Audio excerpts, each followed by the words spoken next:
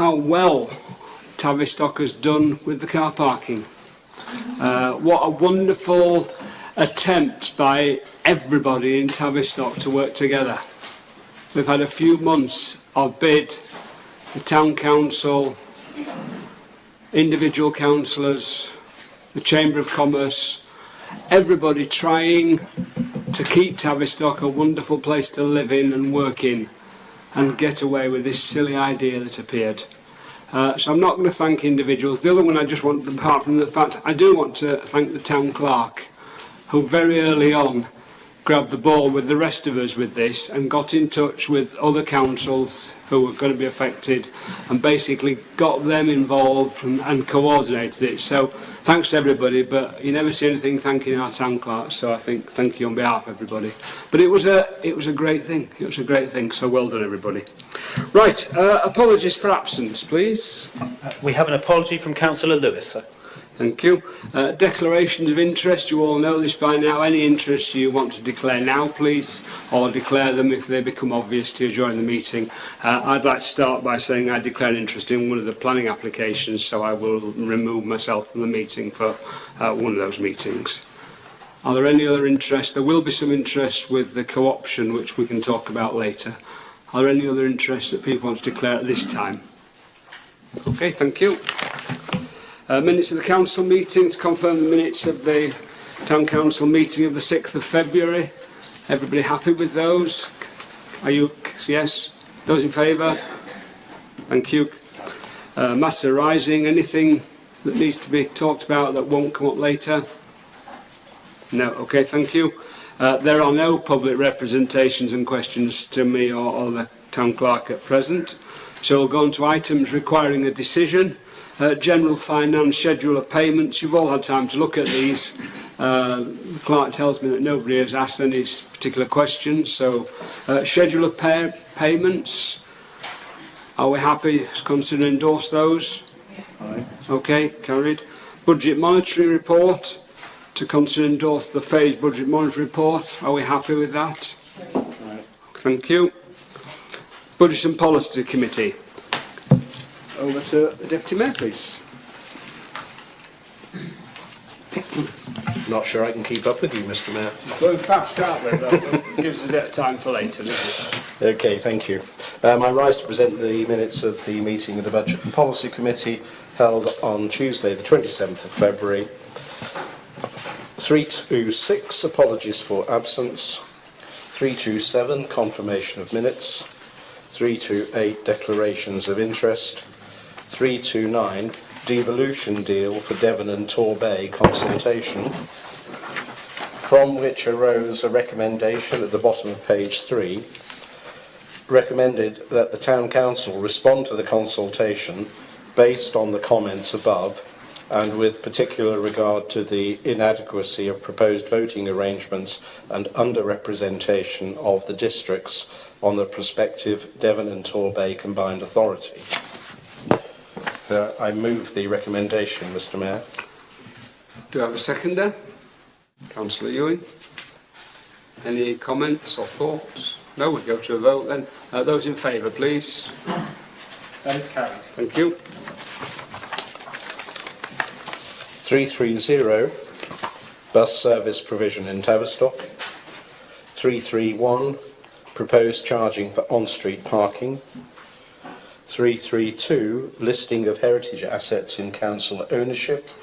There is a recommendation that Tavistock Town Council support the heritage listing of the Jubilee Arch and the bandstand in the Meadows, and it is noted that it was understood that Abbey Walk itself was not intended to be included in that listing. So I move that recommendation. Seconder? Councillor Smith. All in favour, please. Carried. Thank you. 333, strategic plan. There are 4 recommendations, and I'm going to take them in 2 groups of 2, with A and B first.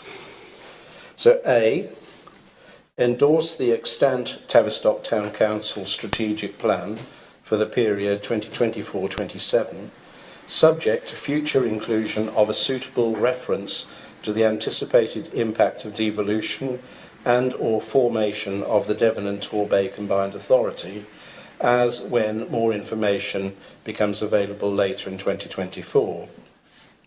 And B, in accordance with the outcome of the recent member workshop sessions, Council endorsed that the areas of young people and of communications community engagement be identified as the two priority areas for review at this time. I move those two recommendations. Okay, do we have a seconder, please? Councillor Hipsey. All in favour? Carried. Thank you. So I now move recommendations C and D. C. Pursuant to B above, the Town Council agreed to establish up to 2 working groups, one for each topic, comprising 3 to 5 members to review current arrangements and identify and recommend improvements, initiatives, projects in accordance with the approach set out in paragraph 3.1 of this report. D. Identify, only applicable if both groups are appointed at this time, which of the 2 identified topic areas is to be delivered first. And before I move this recommendation, I'll refer to the Mayor and possibly the Town Clerk. Right, basically, if we've got some decisions to make as to how we move this forward. We've decided the 2 things that as a town we want to achieve are some engagement with the youth of the town and some provision for them, and also to do something about communications. So there are 2 different projects. What I've been told by the Town Clerk is that trying to achieve both of those at the same time, in officer time and member time, is potentially difficult. So we really, what the first decision we've got to make is, do we do one at a time and then follow the other by the other, or do we do them both together? Now you need to also know that from what I've been told, the communication work should be a relatively simple piece of work in that will probably involve 3 or 4 meetings, but should be something that can be done reasonably quickly and done properly, but achieve something relatively quickly. Whereas the second one, the consulting with the youth of and people representing the youth of the town, is a much more open-ended, potentially a larger piece of work that will take longer. So we've got these 2 bits of work, and it's really a question of how we do it. So do we do them both together, which we're told will be difficult, or do we split them up? And if we split them up, which do we start with? And it's really up to members to decide. Councillor Ewing. Thank you, Mr. Mayor. May I just ask a question on this? What are we actually proposing to do for the youth of the town? Are we proposing that we take over youth provision, or we're going to work with somebody? Because it doesn't make it clear what we're actually proposing to do for young people of the town. And I think that's a bit we need to have clearly set. We know about the skate park, that's one thing, but it's the youth provision, you know, with lack of youth clubs, places to go, etc. You know, how do we see our role within this? A couple of councillors and I have discussed this, and we're really not sure where we're going with it. So it would be good to hear. Town Clerk, please. I think, as ever, Councillor Ewings, you've kind of struck the nub of it, and I think this is why there is a different challenge in relation to that particular strand.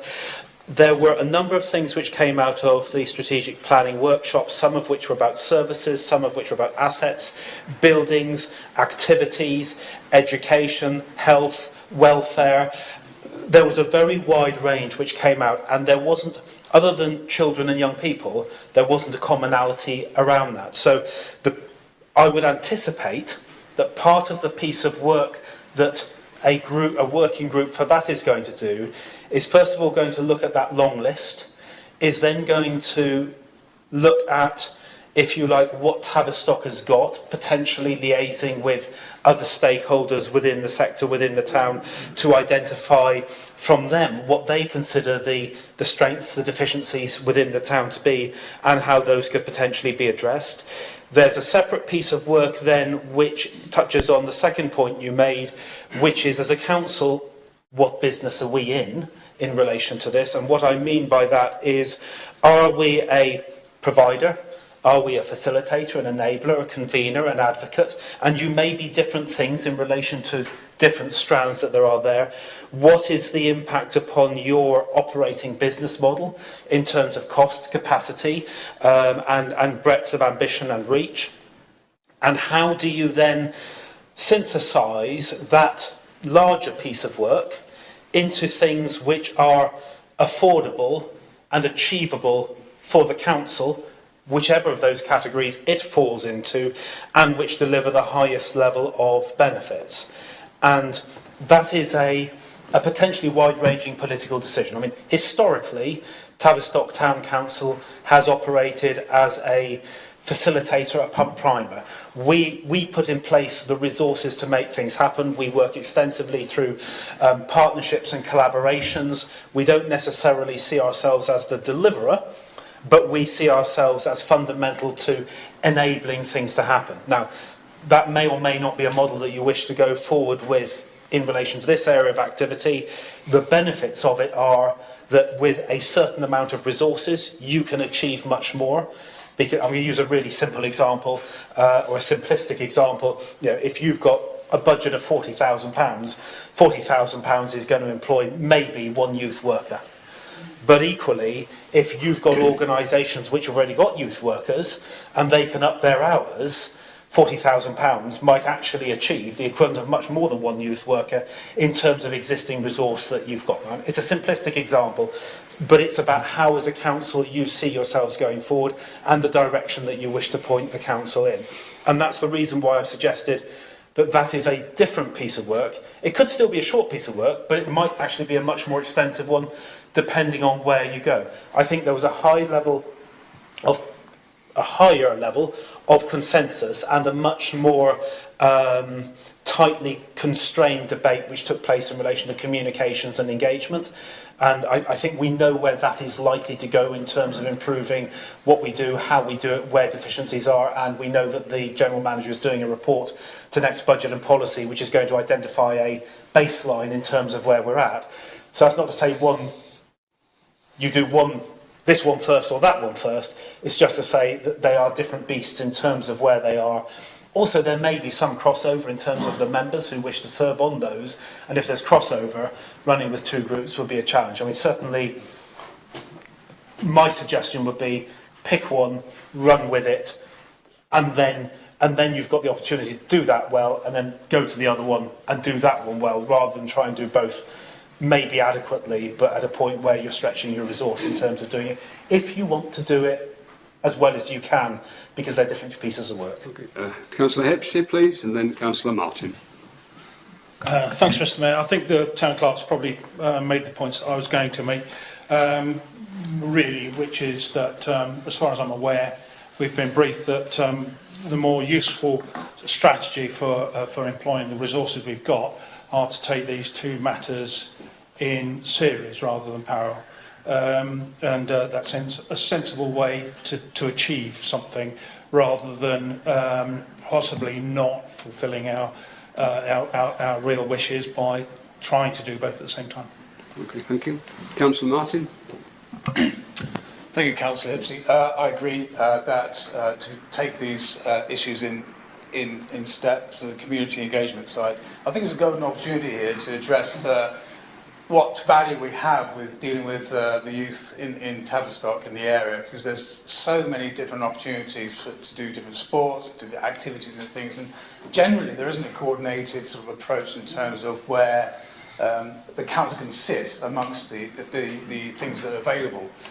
So I think there's a really opportunity to provide a bit of structure and involve the schooling and sort of assess the issues that the kids of today that have and coordinate the opportunities there and deliver it. And I think that maybe a structure within the age groups, so there's a primary class and then there's a secondary school class. So I think that could be really good value work that perhaps the council could take on. Thank you. Councillor Sorry, Town Clerk. Sorry, Mr. Mayor. There was just one thing that I omitted to mention. I glanced at my colleague and she gave me the look, which means that I knew I'd forgotten to do something, which is in relation to the comms and engagement side of things. What I should have mentioned is, as you will be aware, we do have to replace the council's website over the course of the next 10 or 11 months, so by the early part of next year. So however we do it, there is a strand of that which we do need to do as an organisation, come what may. Whether that affects your decision in terms of how you actually run those things is very much a matter for you, but I'd be remiss if I didn't mention it, because that itself is a significant piece of work. Okay, Councillor Ewins. May I suggest then that we do the communications work first, then move on to young people, because you'll need a much smaller group to deal with the website. You can have some of the councillors here who are very smart with technology that would be able to assist, and then some of us who may not be able to assist on such matters, you know, could look at something else. But I think do the communications first, because, as I say, take a deep dive, down and dirty and out. Okay, thank you. And then, because I think it's going to be almost like 3 separate things. Because if you put communications and the website together, that's going to be a lot longer. And I think that would be unfair from where we were first led, that if we can do the communications first, then start to work with young people, and it will be a very different group that will want to do computers and websites. And I hope that is acceptable to the members. Yeah, I think I got a few nods for that. So is that what we think we'll do then? We'll split them in two. We'll do the communications first, get that improved. And in fact, I think the way that it's been suggested, actually the manager is going to do a report to BMP about communications in the next few weeks. So if we have that report to BMP, everybody can then look at that to be a B&Q. You can tell I've been doing that. It's been a day of it. And then that will come to council, won't it? And that next council meeting, BMP will have to discuss this. We'll all have been able to look at the papers, and we can then make a decision on things like who wants to be in the working part to do it. So it's something to come to the next council thinking, if you're interested, then it's time to sort of put your name forward. Does that seem reasonable? Yes. And that will be a short period of work. It will then achieve something. It means the council will have achieved something that they want to achieve, and then we go on to the bigger piece of work, which is the engagement with young people. All in favour? Carried. Thank you.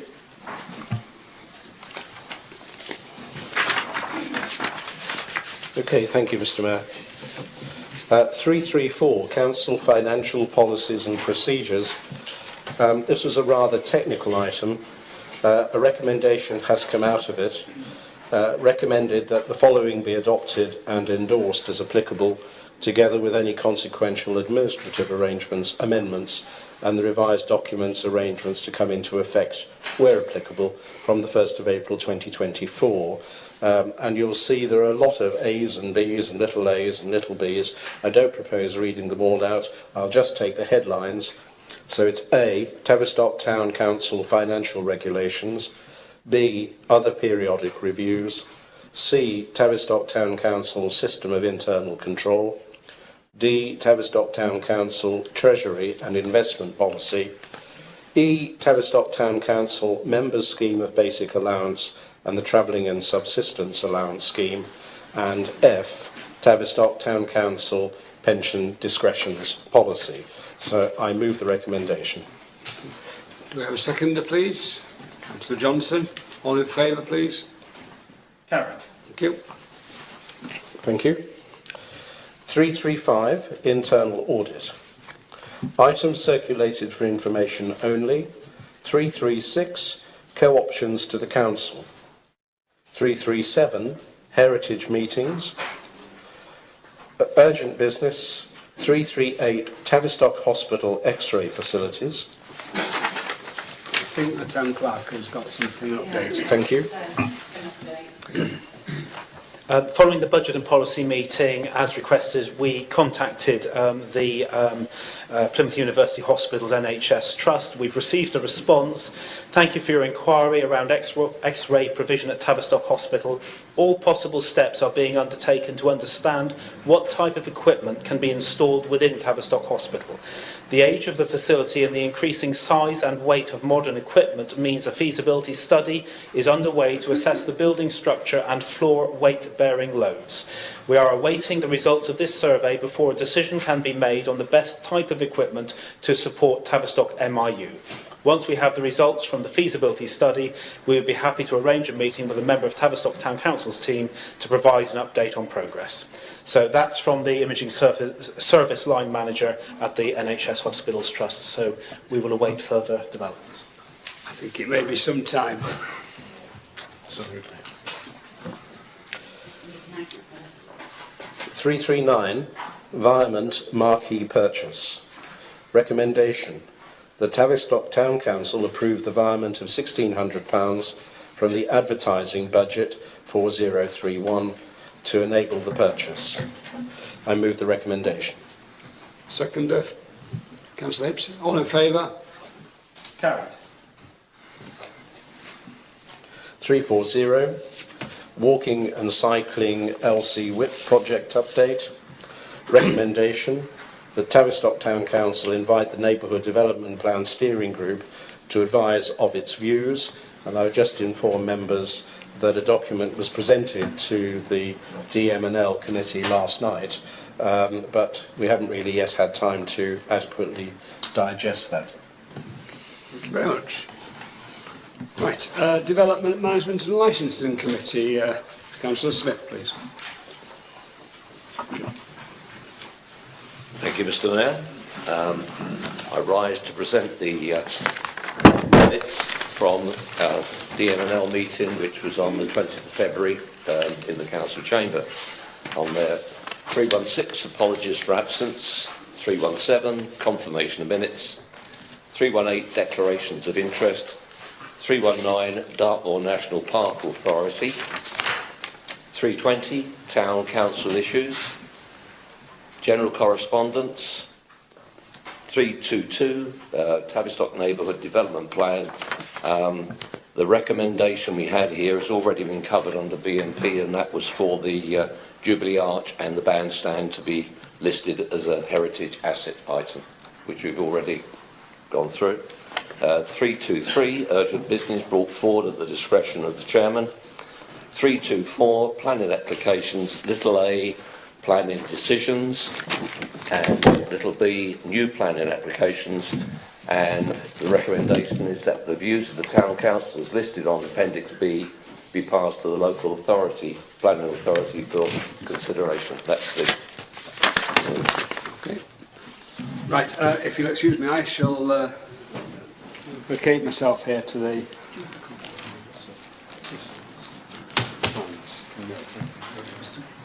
Do you want me to give an introduction before you go? You're in. Just do you want me to do the introduction before you go? Thank you, Mr. Mayor. If I just give an introduction to the process, if I may. No, sorry, Carl, you're jumping. This is, we're still in plans. This is... Oh, gosh. Last night's meeting. Sorry, Mr. Mayor, I apologise. the item that you are on is on the second one, so you are leaving. That's fine. Thank you. It's very rare that we catch him out, isn't it? Councillor Smith. Okay, I remain standing to present the DMNL meeting from last night, Monday the 11th of March, and I would say that I'm extremely pleased to thank the assistant of the town clerk for the work that she has put into present this document in the speed or the time available. 345, apologies for absence. 346, confirmation of minutes. 347, declarations of interest. 348, Dartmoor National Park Authority. 349, town planning issues. 350, general correspondence. 351, Tavistock Neighbourhood Development Plan, which one comes into three 4 sections. The A, there is a meeting tomorrow night at the Stanley Brewery Company for the consultation event. B is the report of the Chairman of the Development Management and Licensing Committee, and the recommendation that arises from that is that Tavistock Town Council support the steering group's application to locality for a technical package known as the facilitation grant to make amendments to the design guide post-consultation. This is applying for a grant, not from within the council, from the town council, and it will be available from the 1st of April on there. So that's, Mr. Deputy Mayor, with the recommendation. Thank you, sir. We have a recommendation. Do we have a seconder, please? Councillor Mrs Ewings, and all in favour, please show. Carried. Thank you. The item C, Tavistock Neighbourhood Plan Strategic Environment Assessment, which is one of the things that's already, we came yesterday and we haven't had time, as the Deputy Mayor said earlier. And D is initial feedback on the local cycling and walking infrastructure. Once again, we haven't had time to make detail on that. 352, urgent business brought forward at the discretion of the chairman. 353, planning applications, little a, planning decisions, and little b, new planning applications. And the recommendation is that the views of the Town Council, as listed on Appendix B, be passed to the local planning authority for consideration. That's the recommendation. Thank you. So we have a recommendation that's been proposed. Do we have a seconder, please? Councillor Venning, and all in favour, please show. Carried. Thank you. The last item is 354, which is the next meeting on the 2nd of April. Thank you very much. Could we invite the Mayor to return to the room, please?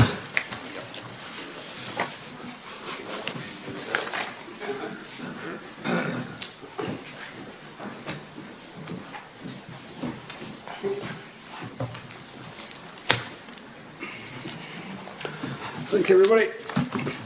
Right, co-option. Thank you, gentlemen, for coming today. We've got 3 candidates for 2 co-option vacancies. So I'm going to hand over to the Town Clerk to start with to explain the procedure and how we'll do this. Thank you, Mr. Mayor. Hopefully I'm back on the right item now. As the Mayor says, welcome to the 3 candidates. We've got Mr. Poppy, Mr. Parker and Mr. Gibbons with us. In terms of, first of all, the process, and we'll pick up on interests in just a moment, the process is going to be that when we start to consider the item, we will ask all the candidates to step outside, one to come in to give a short presentation as to why they're standing for council, an opportunity then to ask any questions, after which they will step outside, another one of the candidates will come in and will deal with each of the 3 candidates in that way. Each will therefore have an opportunity, should they wish to do so, to spend up to 2 minutes just saying a little bit about why they want to be on the council, what it is that they feel that they offer. There will then be a stage where they will be outside and any councillors who have an interest will step outside. Now, the test in relation to interests on this is going to be whether or not a person in knowledge of the facts a reasonable person in knowledge of the facts of your association with or links to one or other of the candidates would feel that it is such as would prejudice or could prejudice your opinion. So it's the old person on the Clapham omnibus test, if you like. What would a reasonable person think?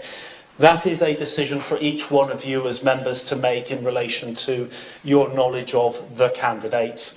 Very loosely, what I would say is, and but each of you needs to apply the test yourself. If you would consider yourself to socialise with, be friends with, perhaps if you visit someone's house, perhaps if you go out for a meal together, or you undertake activities together which bring you into close association, or even if you don't get on with somebody and you've got a long-standing feud, as the case may be, if that's something which a reasonable person would think might affect your judgment, then give serious consideration to whether or not you should be in the room and exercising a vote when we come to do that. If, on the other hand, you've just served on the council previously, that does not in any way, shape or form give rise to an interest in and of itself. If you happen to serve on another organisation, but there isn't really that level of social interaction closeness, then again, it probably isn't going to. But each of you needs to apply that test yourself in relation to what you feel is appropriate.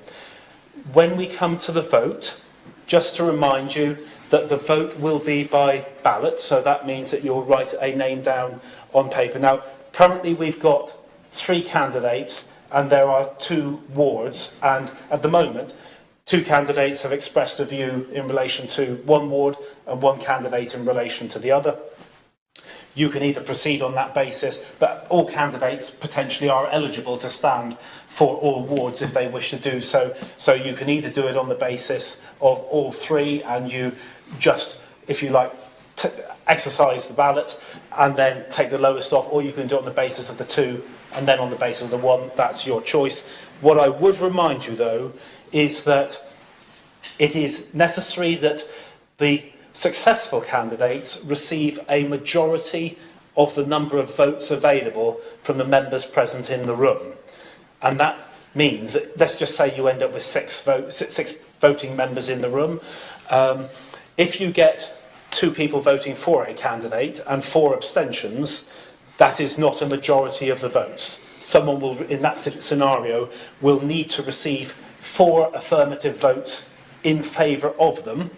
And if they don't do so, then that candidate will not proceed. Now, initially, what we will do is we will knock the lowest scoring candidate off the ballot, whether you go on the basis of the 2 or the basis of the 3. But ultimately, to get elected, you need to have a majority of votes from those present and voting in the room.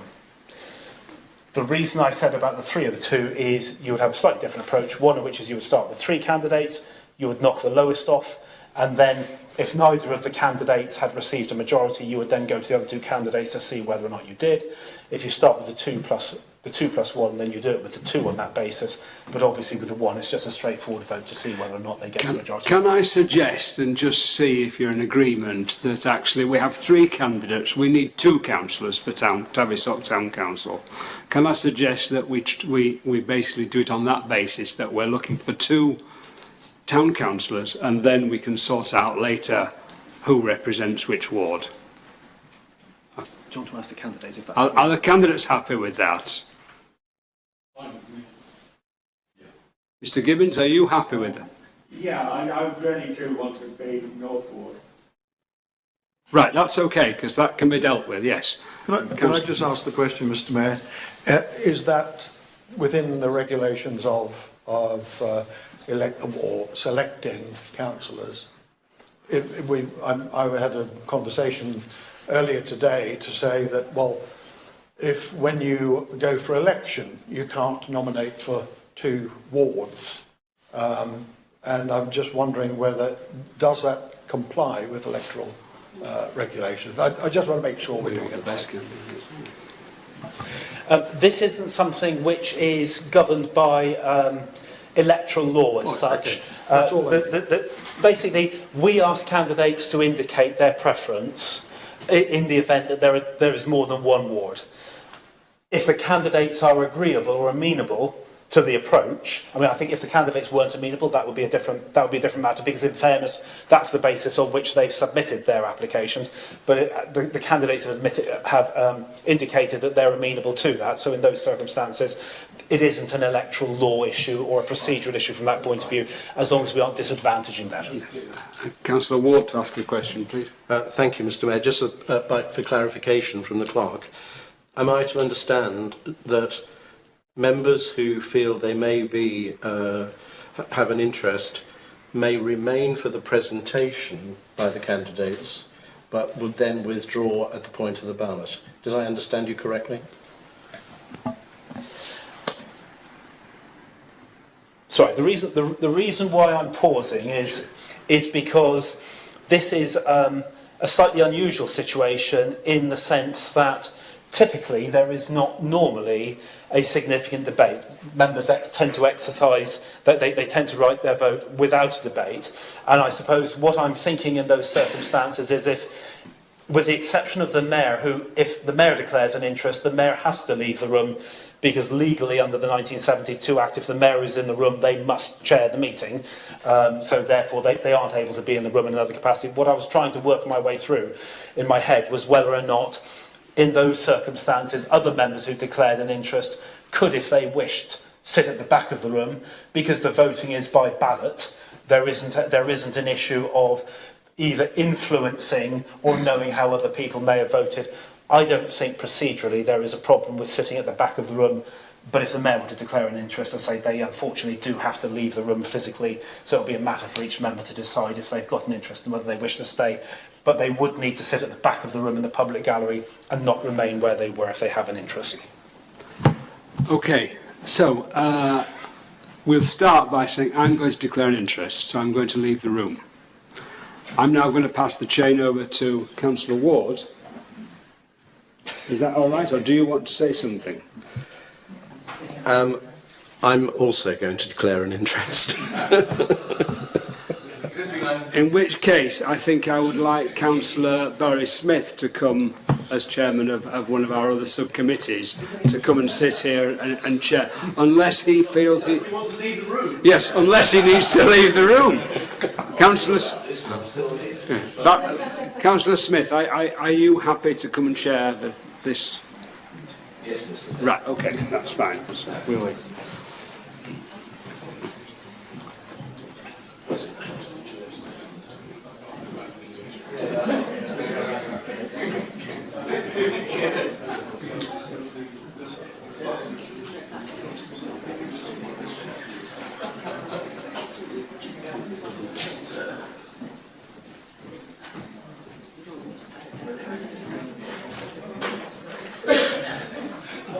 Do we have anything else to discuss, Mr.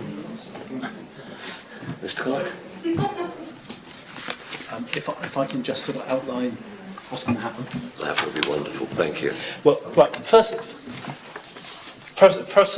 all, Mr. Mayor, or Mr. Acting Mayor, I should say, we have the three candidates with us.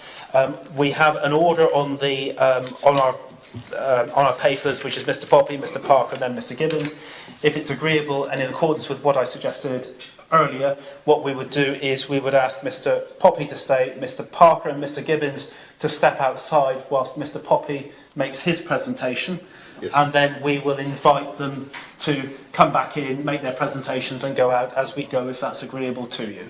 Yes, so if I can ask Mr. Gibbons and Mr. Parker just to step outside for a moment. Could one of you, thank you, Alec, if one of you can see them into the assistant to the town clerk's office, make sure that they're comfortable and seated, please. Thank you.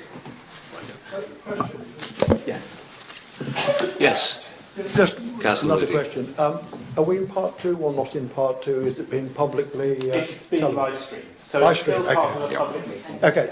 Yes. Mr. Poppy, would you like to make a presentation? Yes. I should ask. I'm prepared. So Would you like to come forward? Alec, can we turn the microphone on the corner? Or are you going to come out the front? You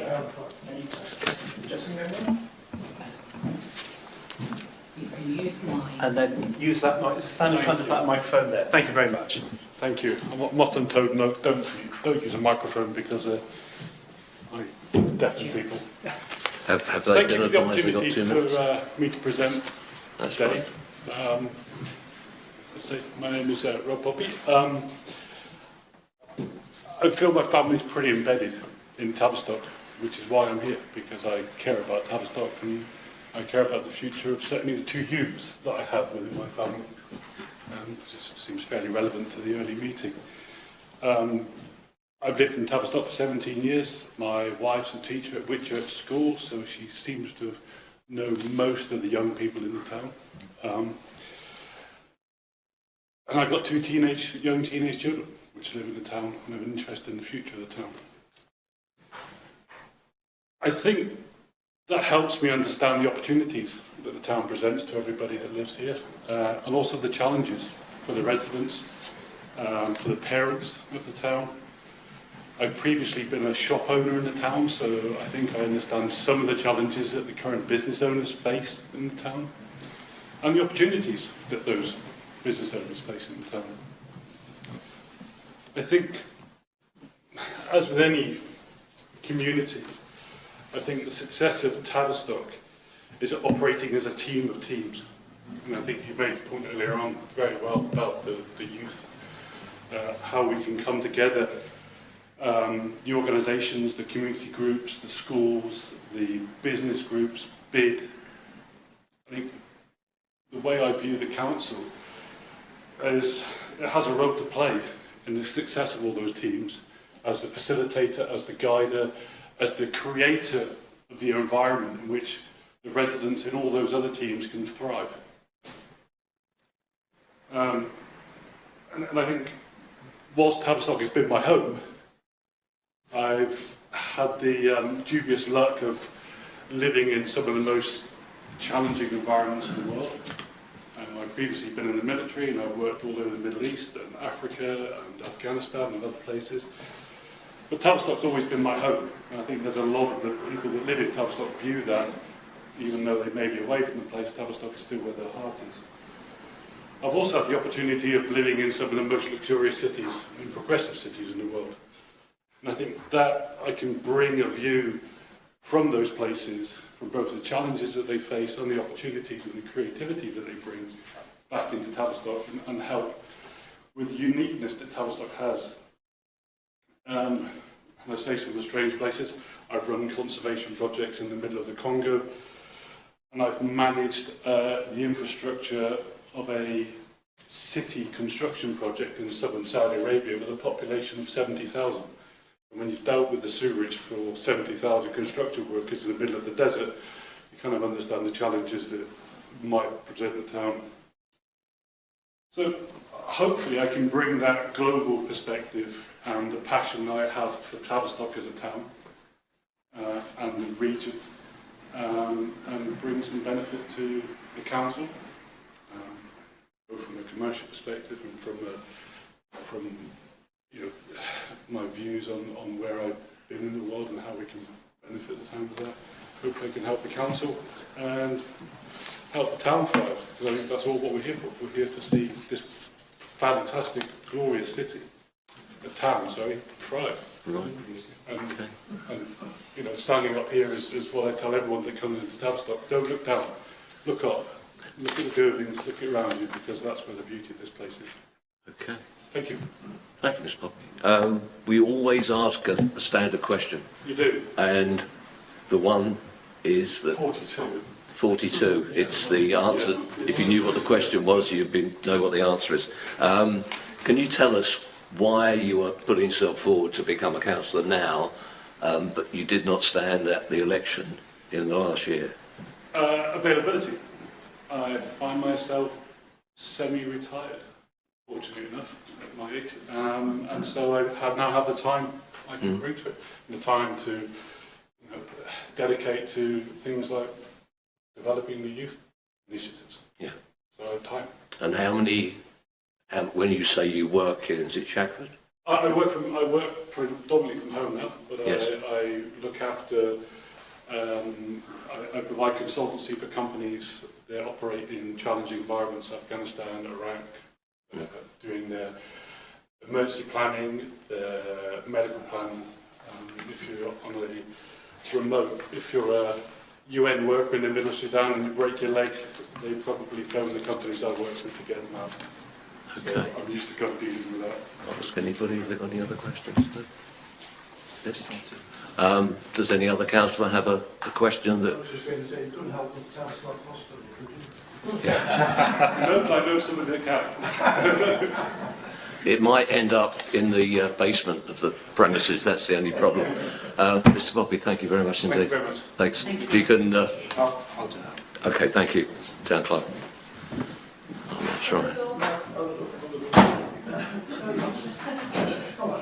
All the vagaries.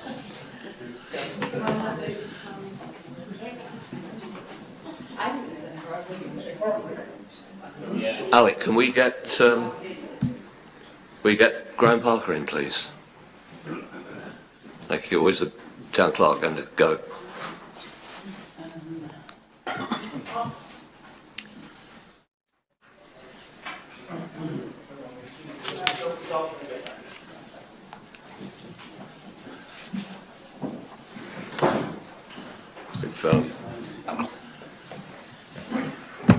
Thank you, Mr. Parker. We've obviously you have 2 minutes to say whatever you would like to say to the council.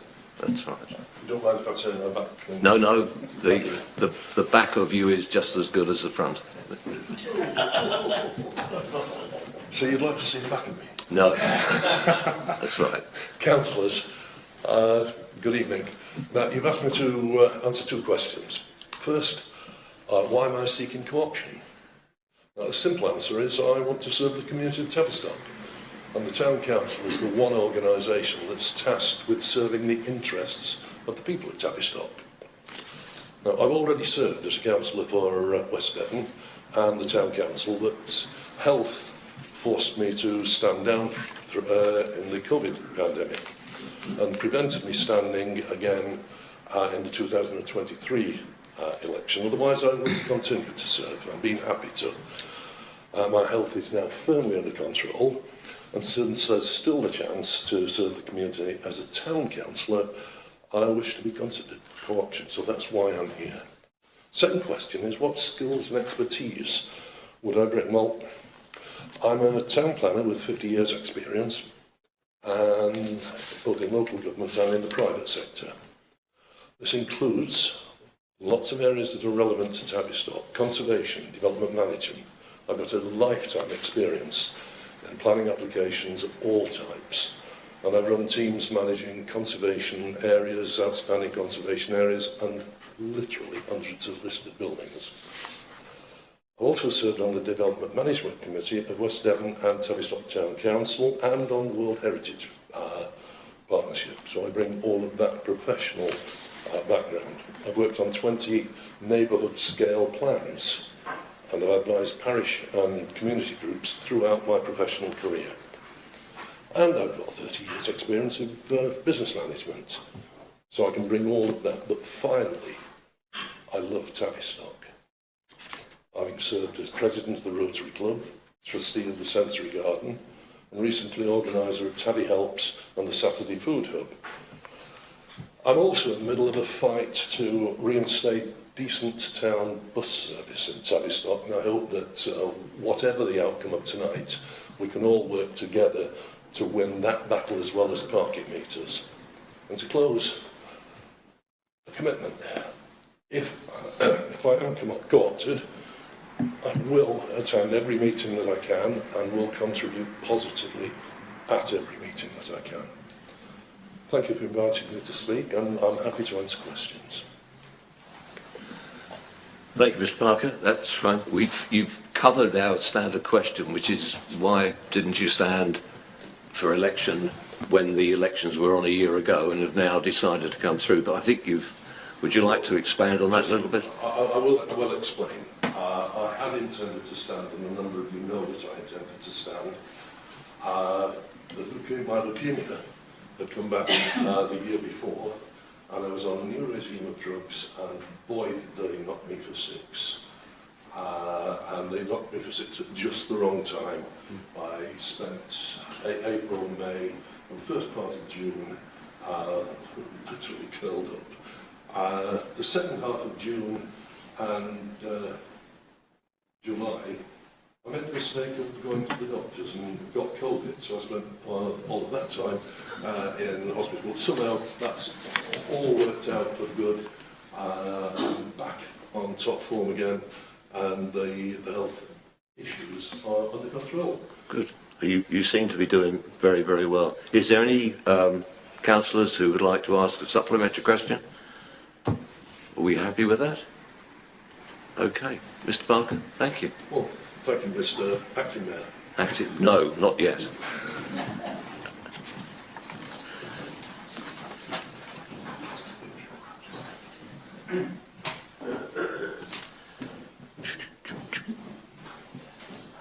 This.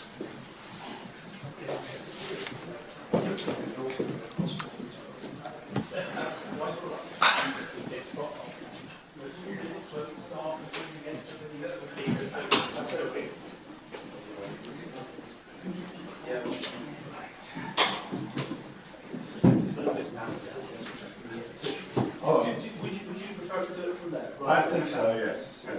Okay. I'll turn the speaker on there. So if you'd like to stand where you are, Right. and then the acting mayor will give you the format.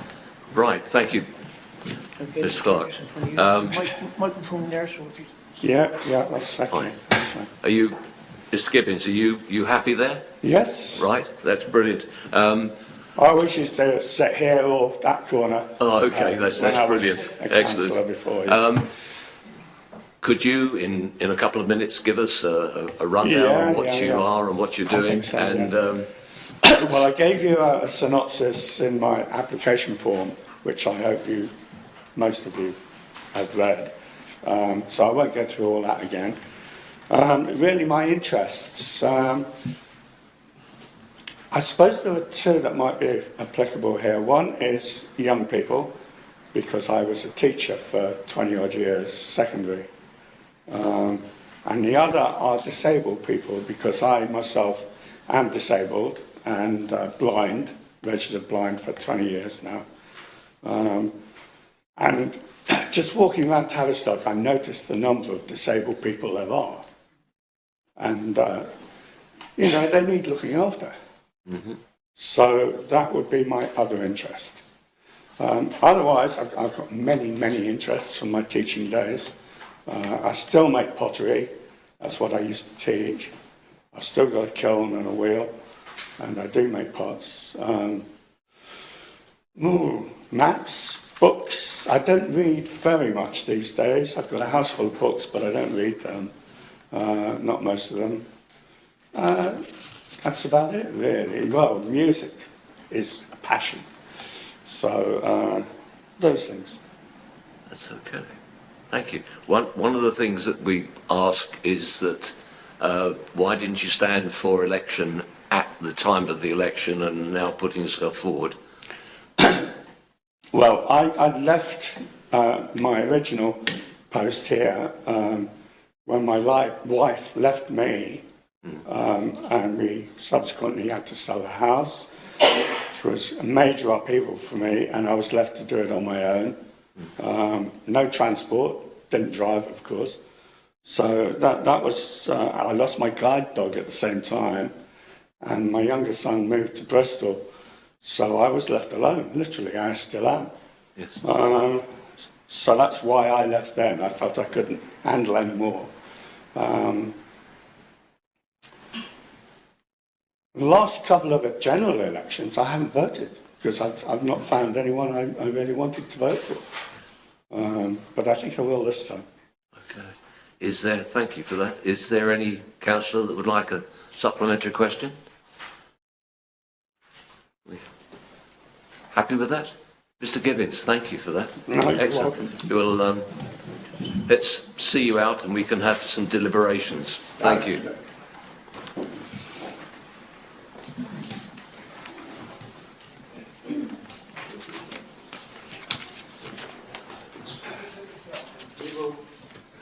Council will now deliberate, so we will invite you back in as soon as we can.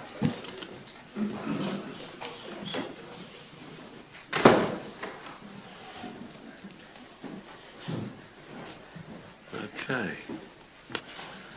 Right. Is everybody happy with what we've done so far? Seen the candidates, viewed the applications and the paperwork. Are we ready to vote for the people that we find. Can I just run through that? You certainly can. So Scott. the assistant to the town clerk is now going to come round with voting slips. You've got 3 candidates. Can you please write 2 names on the voting slips? And the 2 names which cumulatively get the most votes will then go forward, and the 3rd name will drop off. Sorry. If you only have one name. Well, you can just write 1 name, but don't write 3 names, otherwise it'll be a sport ballot.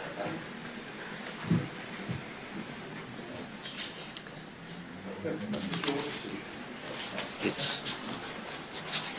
Oh, sorry.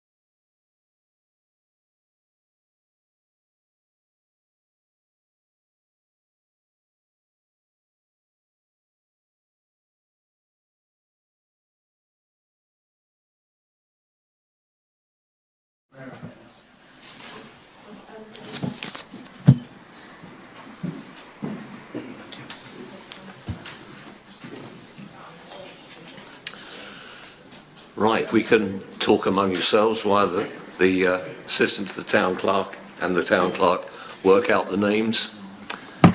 We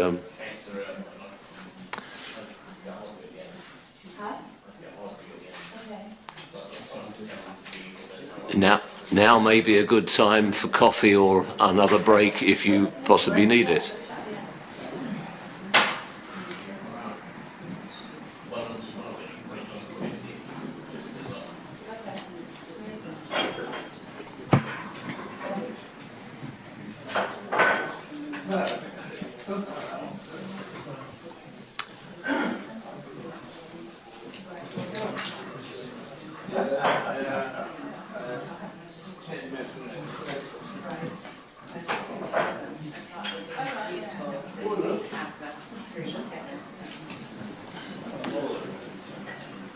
I didn't realise what was on the screen until I sat up here. It's quite good. Can you change which one is going out to? Pardon? No, but which one is going out onto live stream? So you pick up 2 lots on 2 sides and the rear. Yeah. Okay. Turn your microphone on because we're still live.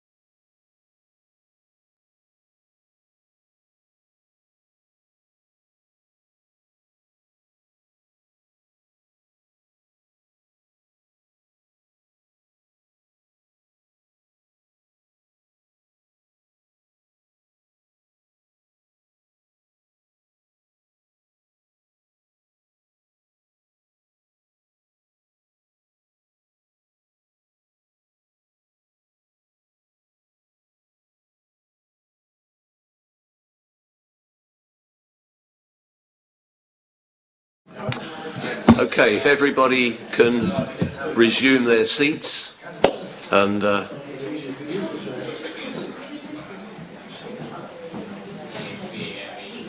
okay, Trevor, Councillor Munro.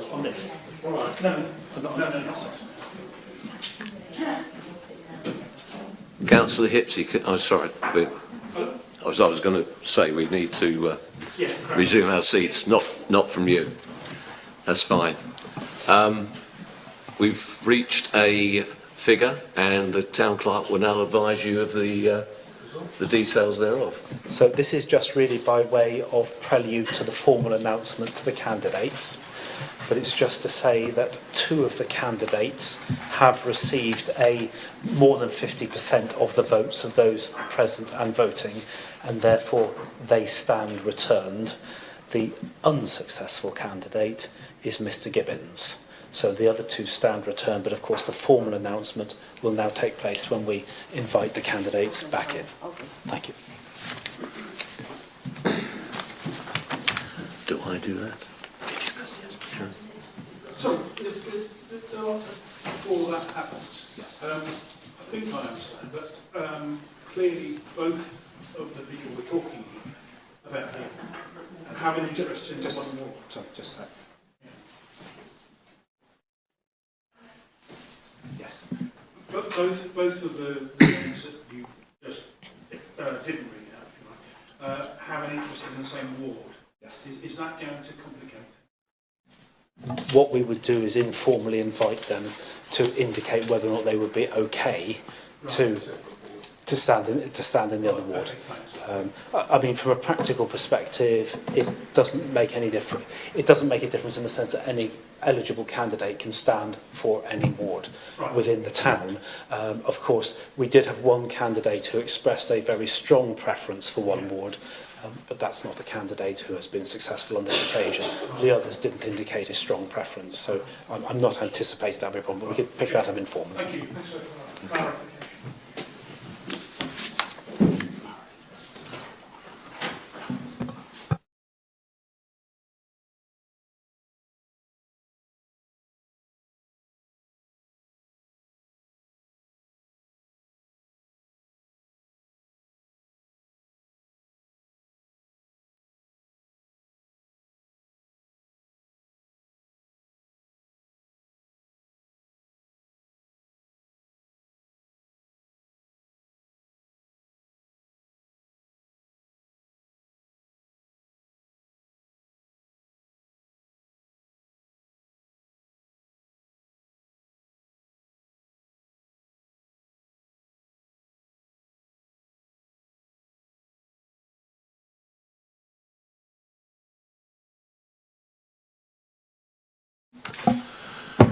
Thank you for coming back in, gentlemen. We've voted, we've counted the votes, and I would advise you that Mr. Poppy and Graham Parker have been balloted for the 2 empty positions.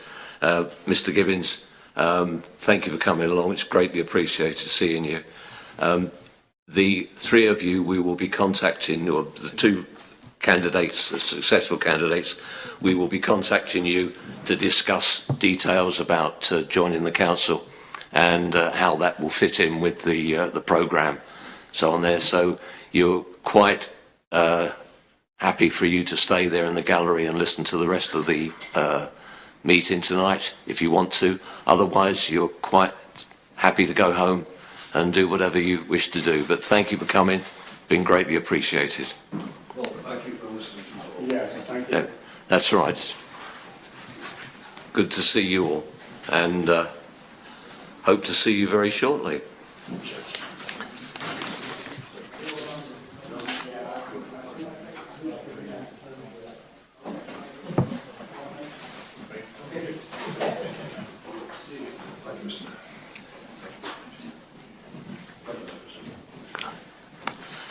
Right, we'll resume normal operations. I'll invite the Mayor and the Deputy Mayor to return to their figures, and I shall leave it. The chair, I must admit... It's a horrible chair. It's too far away unless you're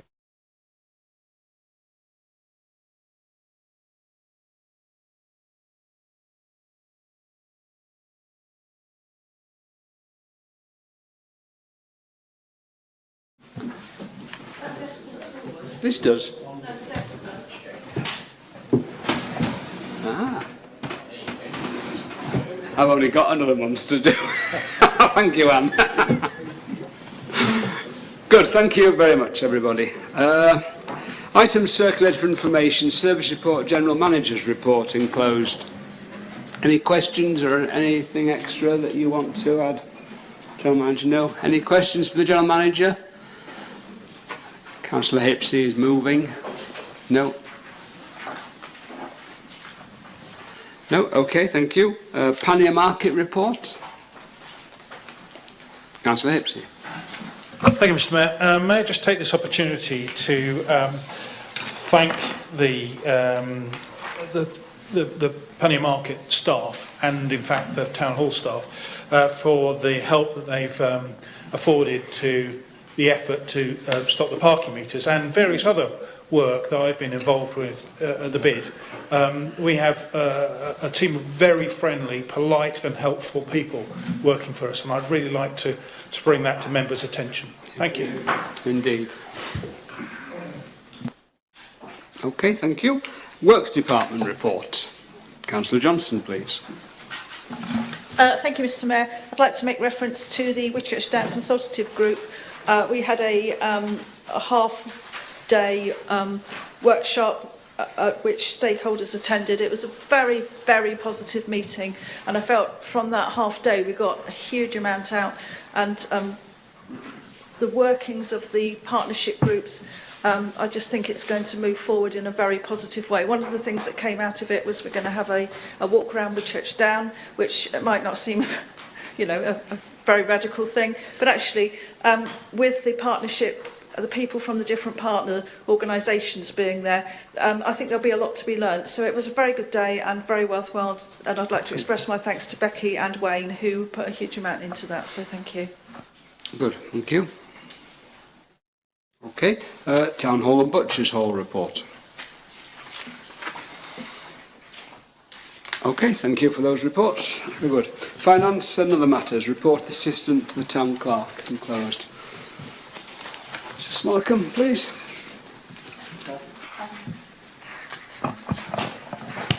Nothing really to add, but if you've yet to respond to your Civic Ball invitation, Friday is the deadline, so can you please let me know one way or the other whether you intend to come this year? Thank you. Thank you. Councillor Ewing. Could I just be added to the list of attendees for the planning training for Tannish Parish Councils, please? I attended via West Evans link. No, but yeah, if it could, because I can see you've done it for Ursula. Thank you. Okay. Notes of the Town Hall and Markets Consultative Group meeting held on the 5th of March. You should all have seen that. Notes of the Goose Fair wash-up. Any comments, thoughts on that?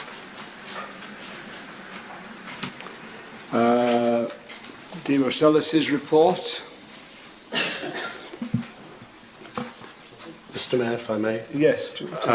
I was asked to relay the County Councillor's apologies. She was unable to stay any longer and therefore had to leave the meeting. Notes of the Heritage Quarter meeting. Closed. Okay. And to receive any update from our question of council representatives on other outside bodies. Councillor Johnson, please. Thank you, Mr. Mayor. It was my privilege to attend the Tavistock Rail AGM. Councillor Moody and Councillor Mrs Ewing were there as well. And I was actually elected Vice Chairman of the Tavi Rail Group now. One of the good things about the meeting was we had a video link with Bogdan Lupu, who is the Director Southwest, based in Bristol, of Network Rail. And he advised that the funds to complete the business case, which they've got to work up a business case and make sure that the rail link between Tavistock and Plymouth represents value for money. The funds to do that are in place. Plus the government has promised funds from HS2 to fund to delivery Tavistock to Plymouth. And it's hoped that the railway line will be delivered by 2029. Bogdan's attending a meeting at the Oakhampton annual town meeting on the 8th of April, and Councillor Moody, Councillor Ewings and myself have asked to meet him prior to that meeting to get an update so that we're working closer and we understand exactly what's going on. So, okay. And that was 25, not 29. It's the hope to deliver 2029. Goodness, right. Yeah. Thank you. This is the thing that we've been promised now for years, that it's happening. And goodness. Councillor Mann first, please, then Councillor Hepsey.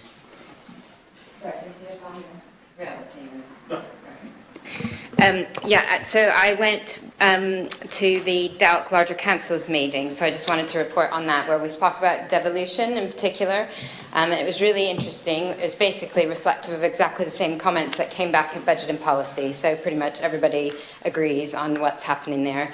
The one thing that was really interesting was the guest speaker, who was the clerk from Falmouth, and he was really well spoken and had talked about the transition that they made as a council, as they had local government reorganisation at the same time as devolution in Cornwall, which meant that they sort of went to a unitary authority as well. And Falmouth has now grown, exponentially. A lot of the things that he had to say were really, really interesting about what could happen if you ended up in that situation. And I just wanted to suggest that it might be worth having that kind of a presentation to the town council itself, if you could, at some point, because I found it really interesting, including things like, for instance, that they had access to the county's council tax software, so that they could handle like front of desk activities on behalf of the county council to process council tax payments, things like that. So really unique setup, very different than ours, obviously, and not likely to happen straight away with devolution in Devon. But if local government reorganisation was to happen, then it would be something that would be probably really important to have had that insight as well. So there is going to be a report coming out from Dalk, and so we'll all probably get that, and that will document the information and the feedback that happened at the meeting. But I just wanted to reiterate that it was pretty much similar to what we've already said as a council. Thank you. And Councillor Hipsey. Thank you, Mr. Mayor, and thank you. This really is a matter that's been discussed at BID, so I'm hoping to report in that respect. Thank you for your comments about the parking meter issue. I would point out to members, however, that the deal is not done yet. Tomorrow, Devon County Council Cabinet meet to consider the situation, and they have been recommended by their officers to drop it. Hopefully, that will be the way things pan out. Councillor Moody and I intend to go and witness that particular moment. However, I would draw members' attention to the part 3 of the recommendation that the Cabinet will be looking at. And that is, the first two deal with not proceeding, basically. But the third one reads, invite proposals. This is recommendation to invite proposals from the communities on how they would wish to address their parking issues so that joint sustainable solutions can be developed in future. Now, the way I read that is there's a little bit of a sting in the tail, basically saying, if you translate it to plain English, okay, you don't like our solution, what are your solutions? So I'd suggest that somebody, probably led by BID, I don't know, maybe the town council, needs to actually look at that and say, what are our problems? Do we have any problems? And if we do, how can we address them? So that, I think, is the next stage in this this story. Yes, I think your town clerk thinks a similar thing. Do you want to say anything, Carl? Yeah, I think clearly all communities are going to be having a conversation around what that may mean for them and what the next steps are. I think my recommendation to you, but obviously it's, at this stage this is only for conversation, but would be there is There is a high level of anxiety and heat which has been generated by this, a high level of concern within the community over the proposals that we've just had. It probably makes sense to take a step back, to allow things to normalise, if you like, and when they've normalised, then potentially to have a wider conversation on and around this. With things as they are at the moment, and I think especially in Tavistock, 2,700 letters of, or 2,700 representations against this proposal, I think we do probably need to just take a step away from that. Otherwise, there's a danger that we aren't in the best place to come to an informed, thought-through view. And that's not just about what the Town Council's view is, or what the bid company, or the Chamber of Commerce, or the wider community's view is. It's also about what evidential base there may or may not be from an objective third party. So, typically, historically, if you've got proposals which are coming forward, an independent survey gets commissioned by the principal authority, which actually then works with the community to provide an evidence base for what may or may not be the issue. We seem to be a long way from that at the moment. And I'm also conscious that there are county council elections which will be coming up on us in a little over 12 months' time. So in terms of the timing of it, now perhaps isn't quite the right time. If you wish to prioritise the priorities you've already identified, which are comms and engagement and children and young people, this is something which, if you were to start a piece of work on now, would be potentially very substantial and might compromise that. But end of the day, it's something which I would suggest that through the normal channels, conversations between the Council, the BID, Chamber of Commerce, West Devon Borough Council as the off-street parking authority, we keep an eye on. And if issues arise, we keep a log of what those issues are in order that we can inform a future piece of work. Dan Hipps wants to come back, and then Councillor Moody, please. Yes, say thank you to the Town Clerk. I completely agree. And I think it really is time for a period of, shall we say, repairing relations between the various parties in this issue. However, the reason I've mentioned it is so that it doesn't drop off the horizon.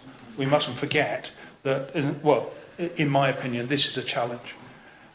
This is a challenge that might come back and bite us. So we do need to keep it in mind that at some stage it might well need some attention. Okay, thank you. Councillor Moody, then Councillor Ewing. Thank you, Mr. Mayor. I'd totally agree with Steve and his view that we just park it for a while and just keep our eye on what's going on. But the one thing I wanted to say tonight was that I'm absolutely impressed with our bid manager in Tavistock and the work and the way that she has driven, and with Steve and me and Tim from the Chamber of Commerce, we formed a little management group. And but going back to what the town clerk was saying, that yes, it did stir up a lot of people, but the one thing it really did is it was community cohesion. On Saturday, when we had our sort of, I think it was a celebratory protest, I think. We couldn't call it a demonstration.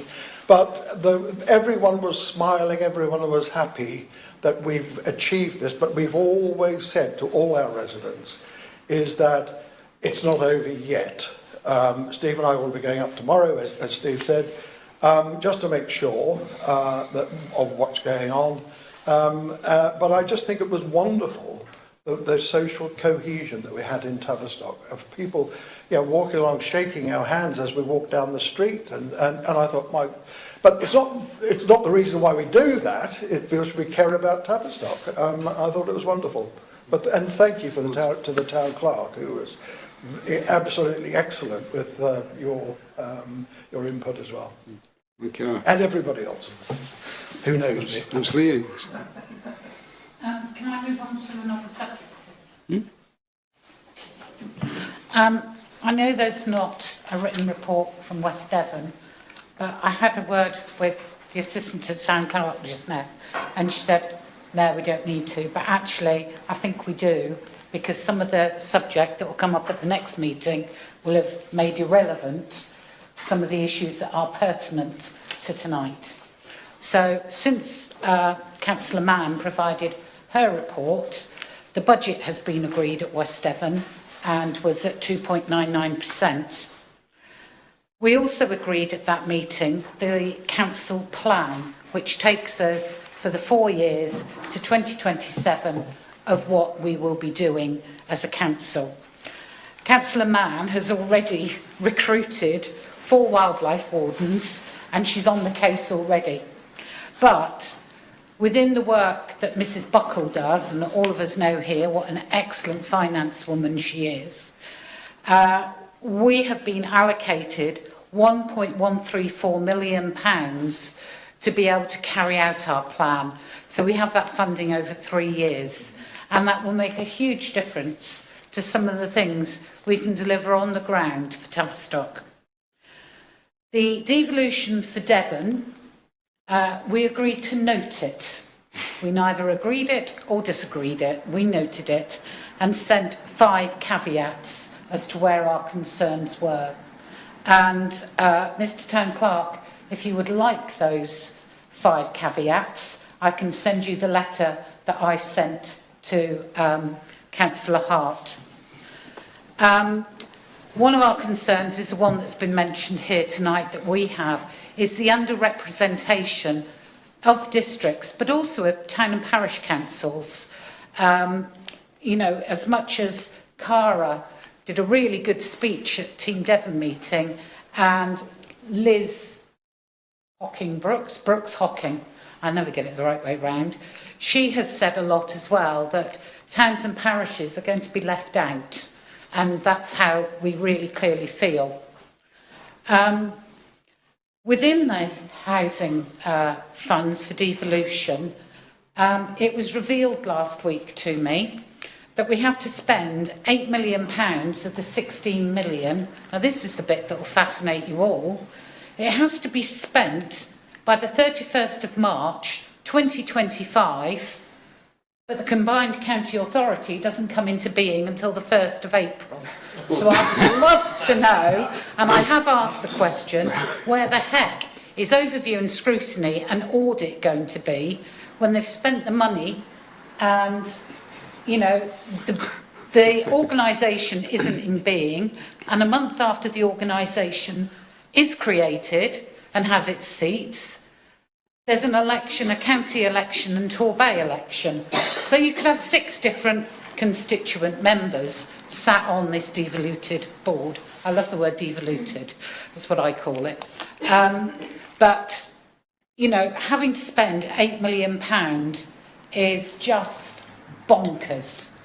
And I now have registered providers and people coming out of the woodwork saying, well, I can have some of this, I'll apply for that. And there is no constituted body for anything to do with this new CCA. There's nothing. We're writing a housing one because that seems to be the most urgent, but there is nothing. And this is why, to me, it all seems just bonkers, that this is what they want to propose. And the Devon Housing the Devon Housing Commission report is not due until July of this year. And how can we implement that when you have to have the money spent so quickly afterwards? So it's not very good. Okay, thank you. Dr. Moody. I was amiss before. I should have mentioned this earlier. I do apologise for not presenting my Devon County Councillor's report. Well, I actually did present it, but I was late. I had a diary malfunction. I do apologise. I think the assistant to the town clerk said that it would appear on next month. I'll rewrite a new one because a lot of it is old news anyway. And thank you to the leader of West Devon for digging me out of a hole. Thank you. Thank you. Tonight. Right, jolly good. Urgent. Can I just yes. Something? Thank you, Mr. Mayor. Some of you will know that I am an observer on the World Heritage Site Partnership Board, representing DALC. I'm not a voting member, but I sit there and I listen to all that's going on. And I attended a 3-hour meeting last week, virtual meeting, where I think probably 30 seconds involved Tavistock directly, and the rest didn't. However, apologies to Andy and to Wayne, who heard me talk about this morning, but I'll just tell you something that might make you feel that there are those who have bigger problems to worry about than we do. There is a site in Cambourne where they used to make fuses for explosives to be used in the mines. And that site currently is up for development to build 50 houses. In the middle of it, there's a complex of buildings that were used for the production of the fuses. The developer saw fit, without permission, to knock one of them down. So one of the heritage asset buildings has been demolished, and at the same time erected a long and very high wall on one edge of the development, which has become known as the Great Wall of Cambourne. Now, the developer is clearly getting bored with the whole business and is trying to sell the site, and the WHS, which I've learnt is actually a toothless tiger when it comes to any enforcement. It can only work through the local planning authority. And it is pulling its hair out because the local planning authority isn't doing very much in the way of enforcement at the moment, because they worry that if they try too hard, the current developer will walk away, there'll be no new developer, and any developer buying the site will have to buy with it the liability to reinstate the building that was there. And frankly, it's a great big mess. And just to make it more entertaining, there's a 30-foot hole in the middle of this thing that probably has a shaft going horizontally under a currently developed housing estate. So if you think we've got problems, there are others in a worse situation. Then were then a number of other issues that paled into insignificance after that hour and a half's worth of listening to all of that. But there was tiny mention of Tavistock. One was more or less, quote, "Oh, there's a lot going on in Tavistock," which was nice to hear. And the other one was mention of an event that's taking place in the town on Saturday, when there is a heritage fair in the Guildhall, where a number of the various heritage organisations in the town will be talking about, that will be available to answer questions about what they get up to, in the hope of recruiting volunteers. So if you're in town, it starts at 10 o'clock in the morning, finishes at 4. If you're in town, you might be interested to pop in and see what's going on. And then finally, I gather Cornwall is hosting a UK World Heritage Site Conference in October. I can't remember the dates. It might be the 5th and 6th or 6th and 7th, but it'll all come out later on, which may well be of interest. And I gather the theme is the advantages of being in a World Heritage Site. What advantage does WHS status bring to your community? So that will be something that I'll give you more information about when I receive it. Thank you. Thank you. Thank you. Right, urgent communications, to me, nothing at all. So we go to part 2, please. Thank you.